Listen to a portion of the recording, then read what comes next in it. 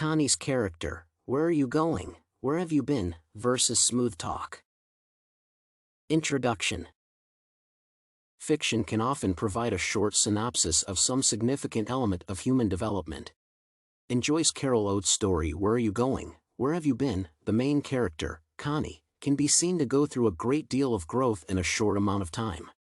Her innocent yet not innocent use of her growing sexuality, as she attempts to discover the pathway to adulthood, has the inadvertent effect of attracting the wrong man. A film adaptation of the story, Smooth Talk, represents many of these same ideas. Although there are some significant differences between the story and the film versions, Connie's encounter with Arnold Friend forces her to take the giant step from an innocent child and slightly knowledgeable, self-absorbed teen to a greatly disillusioned and sacrificing adult. Connie's characterization. At the beginning of the story in both written and film versions, Connie is characterized as a typical teenager. She is completely self-absorbed on a superficial level, concerned with the way she looks and how others perceive her.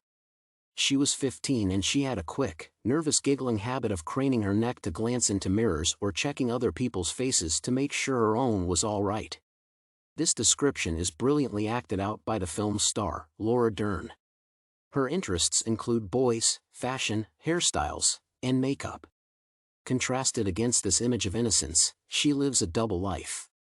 Everything about her had two sides to it, one for home and one for anywhere that was not home. Her walk, which could be childlike and bobbing, or languid enough to make anyone think she was hearing music in her head. Her mouth, which was pale and smirking most of the time, but bright and pink on these evenings out. In this characterization, Oates illustrates that her character is at once very innocent in her experience, but also rebellious and ready, so she imagines much more exciting and adult experiences. Connie's behavior when out. As an attractive and social girl, Connie is also portrayed as associating her impending adulthood with her blossoming sexuality. She enjoys the fact that she could get a boy, a cool boy, with a car, to spend 3 hours with her having dinner and then down an alley a mile or so away as seen in the book, but once there, the film illustrates her fear of going too far and she returns to her friends. Even as she enjoys her moment of glory, though, she notices the admiring glance of whom she will later learn is Arnold Friend. Although he seems somehow out of place, she couldn't help glancing back. This precocious understanding of the powers of her sex marks her for the man in the gold car. He waged a finger and laughed and said, "Gonna get you, baby," and Connie turned away again without Eddie noticing anything. Only now has Connie discovered the dangers associated with her newfound powers, but she is not given a chance to discover just how that trace of fright Arnold introduced fit into her burgeoning identity before he was pulled up to her door and she was forced to take her final step. Connie's behavior toward Arnold. In both story and film, as Connie talks with Arnold at her ranch house door, she is forced to realize that she can no longer retreat to the status of a child.